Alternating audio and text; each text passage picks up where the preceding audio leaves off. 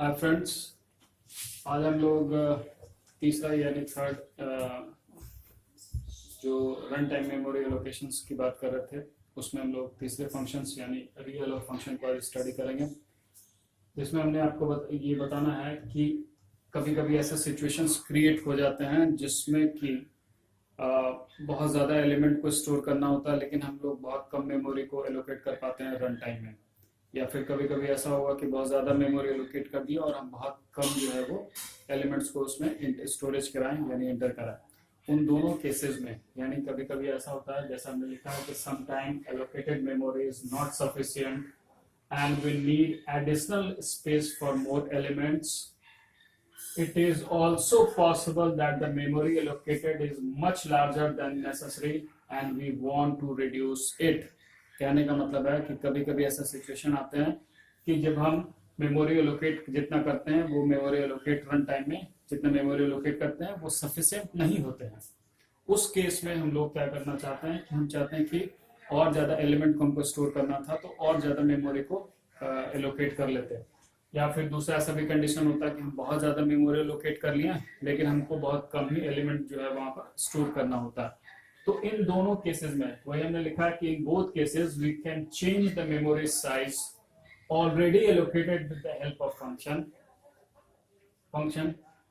तो हम जो इन दोनों केसेस में यानी अगर स्पेस यानी आपका मेमोरी एलोकेशन ज्यादा हो गया है या फिर आपका मेमोरी एलोकेशन कम हुआ है, इन दोनों केसेस में हम जो है वो मेमोरी एलोकेशंस को चेंज कर सकते हैं यानी स्पेस बढ़ा भी सकते हैं और घटा भी सकते हैं। इसके लिए हम लोग जो फंक्शन यूज करते हैं that is called real of function.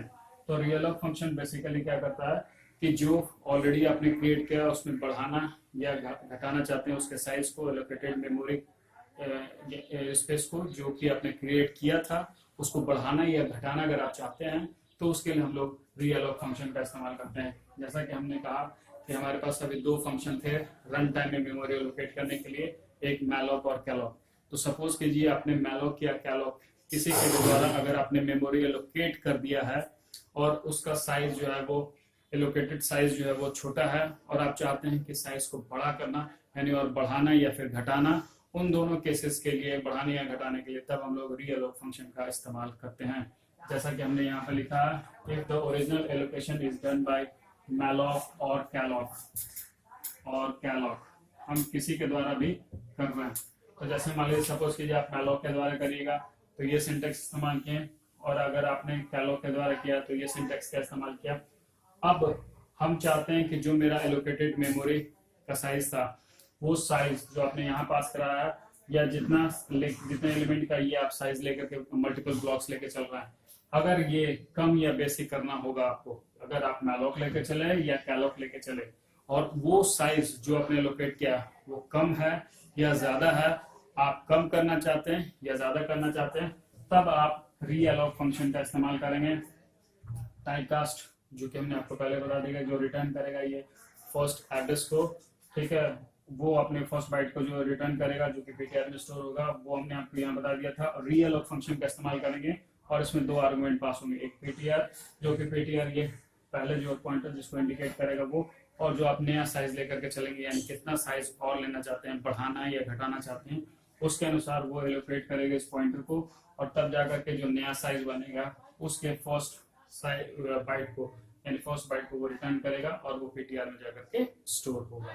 अब इस पर हम लोग एक प्रोग्राम को देख लेते हैं ताकि आपका और कॉन्सेप्ट जो है वो बिल्कुल क्लियर हो जाए। तो हम लोग एक प्रोग्राम देख रहे हैं जो रीअलोक फंक्शन को जिसमें हम लोगों ने इस्तेमाल किया है। तो इसमें सबसे पहले हम लोग जो हेडर फाइल्स इंक्लूड किया है वो ऑलरेडी आप देख रहे हैं। तो हेडर फाइल्स में हमने यहाँ पर हैश इंक्लूड stdio.h, conio और stdlib जो कि रीअलोक फंक्शंस के पर्पस के लिए यानी रीअलोक फंक्शन को जो हम लोग यूज़ कर रहे हैं, ठीक है, उस पर्पस के लिए हमको हेडर फाइल जो stdlib यूज़ करना होता है जो कि ऑल फंक्शंस यानी उसके प्रोटोटाइप डिक्लेरेशंस जो हैं वो stdlib या फिर alloc.h हेडर फाइल में हैं। इसीलिए उस हेडर फाइल्स को हमने यहाँ पर इंक्लूड किया। अब मेन में हमने इंटीजर टाइप 3 वेरिएबल्स को डिक्लेयर किया, आई लूप चलाने के लिए और साइज़ यानी जो हम लोग पहले जिस साइज़ का हम लोग मेमोरी एलोकेट करेंगे रन टाइम में वो साइज़ क्या होगा उस साइज़ को लेके चलेंगे। उसके बाद न्यू मैक्स किए हैं। न्यू मैक्स बताएगा आपको कि नया साइज़ हमने क्या लिया उस पर्पज़ के लिए। और हमने एक स्ट्रिक PTR यानी पॉइंटर वेरिएबल को डिक्लेयर किया है इंटीजर टाइप, जो कि इंटीजर्स वैल्यू का जो ब्लॉक एलोकेट होंगे उस ब्लॉक का जो फर्स्ट बाइट होगा उसके एड्रेस को वो अपने पास रखेगा। तो यहाँ पर सबसे पहले हम लोगों ने साइज़ को इंटर कराया कि कितना हम लोग साइज़ लेना चाहते हैं, तो इसलिए हमने प्रिंटफ में लिया enter the total number of elements, कितने एलिमेंट लेंगे वो साइज़ के रूप में काउंट होगा। तो साइज़ हमने यानी उतना एलिमेंट जितने काउंट करना होगा वो वेरिएबल्स को हमने यहाँ स्कैनफ के द्वारा इनपुट कराया। उसके बाद हम लोग यहाँ पर रन टाइम मेमोरी एलोकेट कर रहे हैं कैलॉग फंक्शन को इस्तेमाल करके।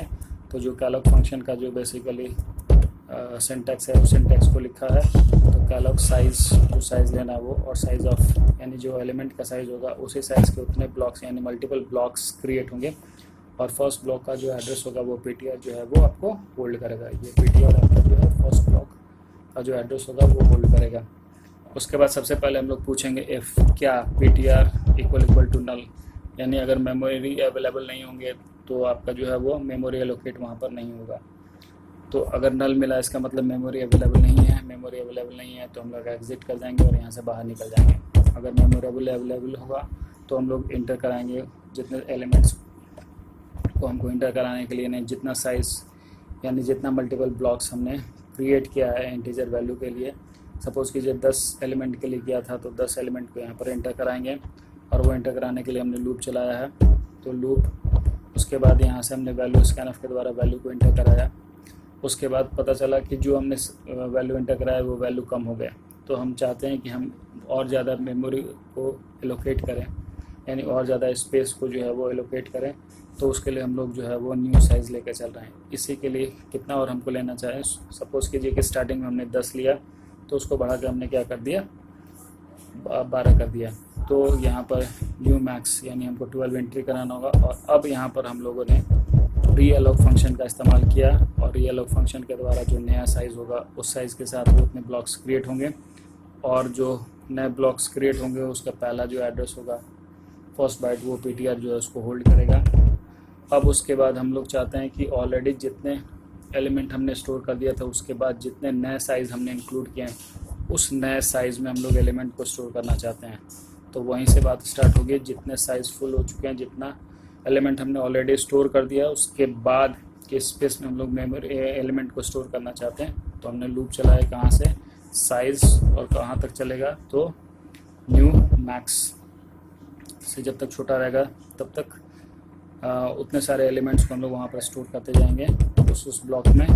और उसके बाद तब जा कर के हम लोग पूरे एलिमेंट को यहाँ पर प्रिंट करा रहे हैं। और प्रिंट कराने के लिए हमने स्टार्टिंग में फिर से लूप चलाया। लूप कहाँ तक चलेगा तो न्यू मैक्स यानी जो नया साइज़ था वहाँ तक चलेगा, और आपके सारे एलिमेंट्स को वो प्रिंट करेगा जो स्टार्टिंग में भी लिए थे और जो बाद में न्यू साइज़ एलोकेट करने के बाद जो लिए उसको करने के बाद ये कंप्लीट होगा। अब हम लोग इस प्रोग्राम को रन करा रहे हैं। तो रन कराने में अगर कुछ है enter the number of elements, कितने एलिमेंट, तो सपोज़ कीजिए हम लोग 4 एलिमेंट के लिए वो इंटर कराना चाहते हैं अपने एरे में जो कैलॉग के साइज़ एलोकेट करेगा। तो इसका मतलब स्पेस अवेलेबल है तो उसने एलोकेट कर दिया। अब उसमें हम लोग वैल्यू इंटर करा रहे हैं तो 1 2 3 4। सपोज़ कीजिए कि हमको 8 एलिमेंट इंटर कराने थे, तो जो नया साइज़ होगा उसको हमने 8 किया, 4 तो ऑलरेडी इंटर करा दिए। अब बाकी नए 4 का जो है वो मांग रहा है। तो नया 4 के लिए हमने दिया 5 6 7 और 8 5 6 7 और 8 9 लिया। तो ये 4 एलिमेंट को हमने इंटर कराया तो टोटल 8 एलिमेंट इंटर हो गए, क्योंकि नए 8 एलिमेंट के लिए स्पेस क्रिएट हो चुके हैं। अब ये 8 एलिमेंट को हम लोग प्रिंट करा रहे हैं। तो ये 8 एलिमेंट आपको एरे में जो है वो क्रिएट हो गए, और यानी वो असाइन कर दिए गए। तो वो जो एलिमेंट थे 1 2 3 4 5 6 7 और 9 वो आपको यहाँ पे स्क्रीन पर नज़र आ रहे हैं। तो ये था रीअलोक फंक्शन को यूज़ करके एक प्रोग्राम जो कि आप समझ रहे होंगे, और आसानी से इस पर जो है वो काम किया जा सकता है। जब भी आपको नए मेमोरी यानी ऑलरेडी जो आपने मेमोरी डिफ़ाइन कर दिया है, यानी रन टाइम में जो आप मेमोरी चाह रहे हैं वो मेमोरी अगर आपके पास ज़्यादा है या कम है और आप बढ़ाना या घटाना चाहते हैं, तो उसके लिए हम लोग रीअलोक फंक्शन का इस्तेमाल करेंगे। Thank you.